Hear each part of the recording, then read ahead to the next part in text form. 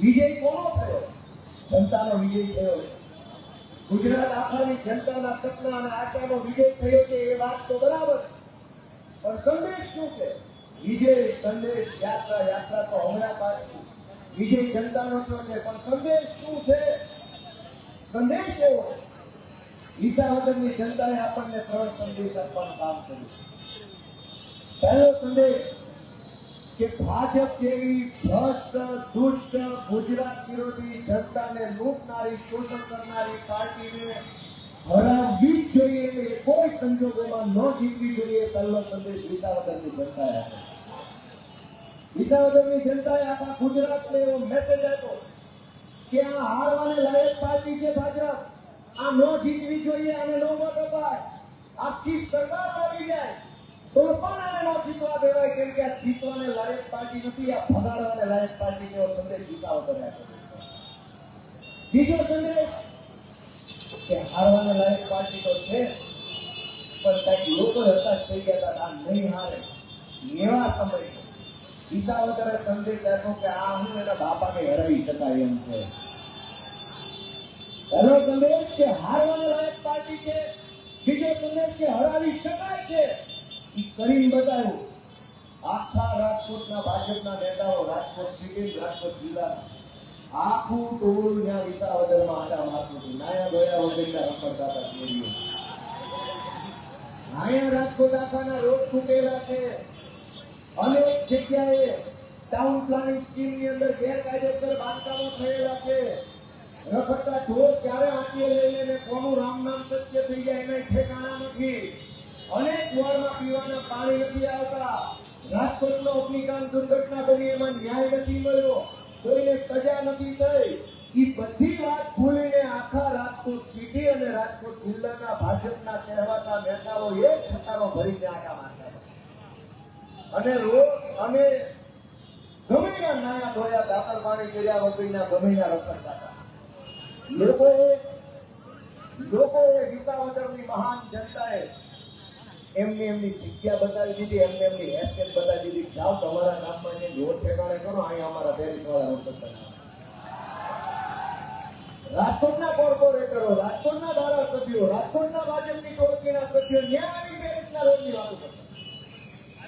અહીંયા હું દોસ્તો વિસાવદરની જનતાએ પહેલો સંદેશ કે ભાજપ હારવાને લાયક પાર્ટી છે, એ ક્યારેય ન જીતવી જોઈએ. બીજો સંદેશ કે ભાજપને હરાવી શકાય એમ છે, ઈચ્છાથી, વટથી, તાકાતથી હરાવી શકાય એમ છે.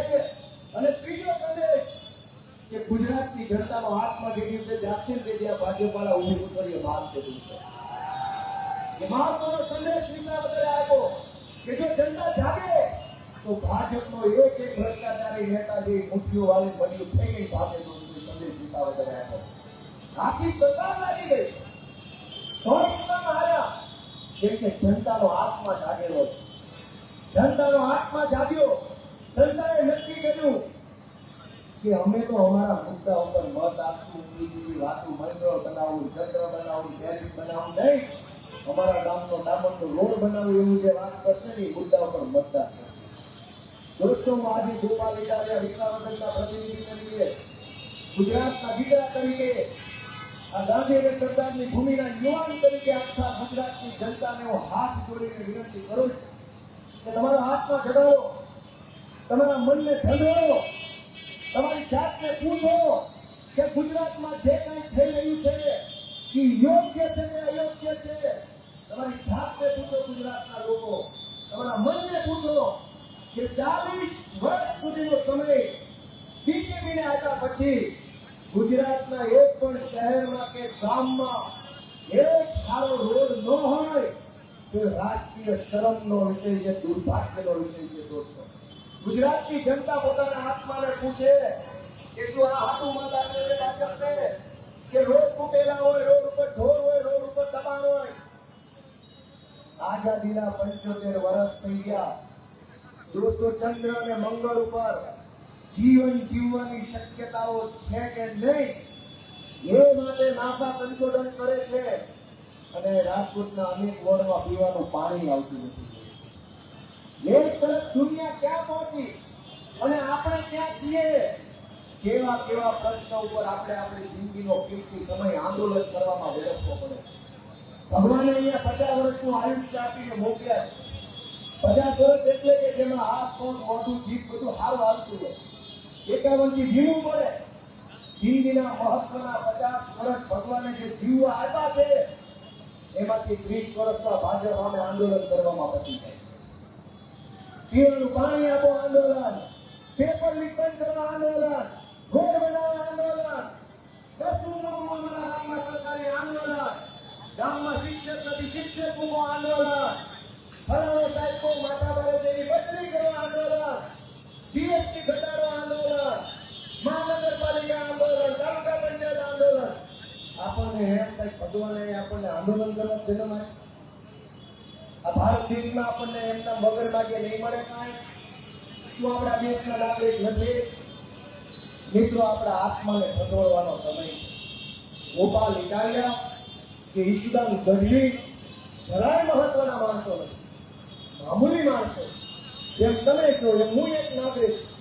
મહત્વનું આ દેશની લોકશાહી, આ દેશનું સંવિધાન અને સંવિધાનથી મળેલા સૌના અધિકારો એ મહત્વની બાબત છે.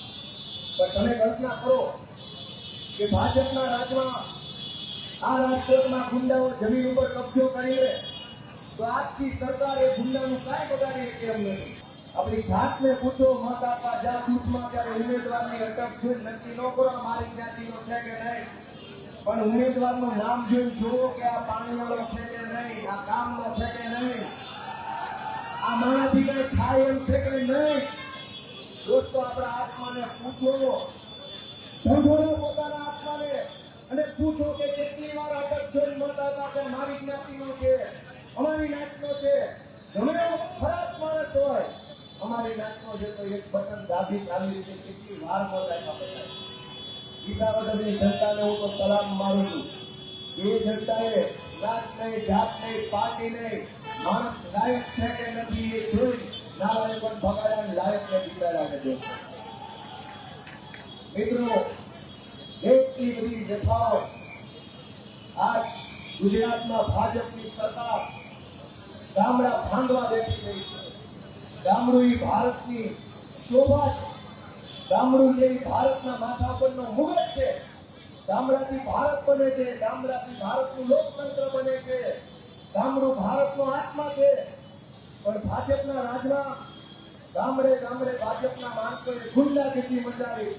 સરકારી અનાજની દુકાનમાં માથા મારે માણસો, ગામડાની સરકારી કચેરીઓમાં માથા મારે માણસો, ગામડાની અંદર બુટલેગરો માથા મારે, બીજી તમામ વ્યવસ્થામાં ગુંડા બદમાશ માણસો હોય તો પહેલા તો માણસ ગુંડાઓથી માથા મારે માણસોથી થાકી મજબૂરીમાં શહેરમાં આવે.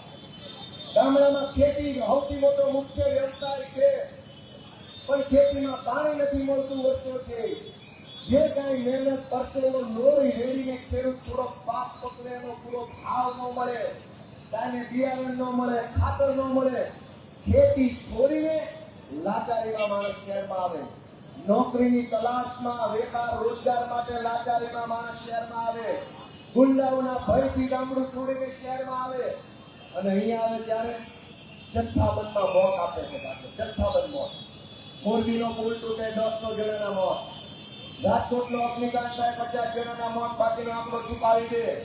વડોદરાની હળવી મોત દુર્ઘટના થાય 50 બાળકોના મોત, બાકીના આંકડા છુપાવી દે. રાજકોટ સુરતનો તક્ષશિલાકાંડ 35 બાળકોના મોત, બાકીના આંકડા છુપાવી દે. ગામડામાં રહેવા લાયક આપણને રહેવા નથી દીધા, શહેરમાં આવો તો જથ્થાબંધમાં મોત આ ભાજપે આપણને આપવાનું ચાલુ કર્યું.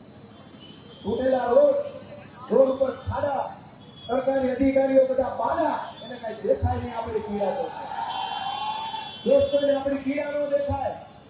એક લાચાર માણસ 10 વખત 20 વખત ધક્કા થાય, સરકારી માણસ એમ કે ખાઈ કરી લે છે. આખા ગુજરાતના સરકારી માણસોને ભાજપના નેતાઓ આમ જનતાને એવો જવાબ આપે છે, ખાઈ કરે છે. ભાઈ, અમારથી ખાઈ એમ તો તારી કાંઈ ખોડાવ્યા હોત. ખાઈ કરી લેવા માટે તમે કલેક્ટર બનાવ્યો, તમે પીએસઆઈ બનાવ્યો, તમે મામલતદાર બનાવ્યો. શું કામ? કે જે થાય હવે તો તારી સૈથી થશે, એટલે તું કઈક કરશો, અમારું કઈક થાય. એના બદલે ગુજરાત ભરના લોકોએ ભાજપને ઊંધું માથું રાખીને આંખો બંધ રાખીને વારંવાર જીકમ જીક મત આપવા ભાજપને એના બદલામાં સરકારી તંત્ર સ્થાયી કરી લેજો. હવે તમારે નક્કી કરવાનું છે સ્થાયી કરી લેવું છે હજુ સહન કરવું છે. તમને એમ હોય કે અમારાથી શું થાય તો વિસાવદર વાળી થાય એમ છે તમારાથી તો ધારો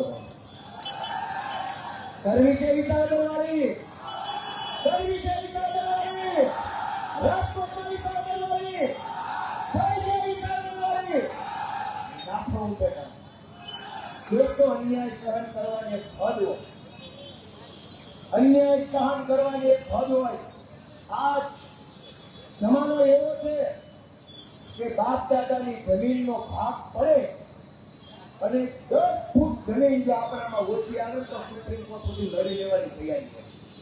સગા ભાઈને જો 1 ફૂટ વધારે જાય તો સહન નથી થતું. તો અવડી મોટી ભાજપની સરકાર રોજ હેરાન કરે છે, રોજ પિતા કાપે છે, રોજ શોષણ કરે છે. તેનું સહન કરો છો?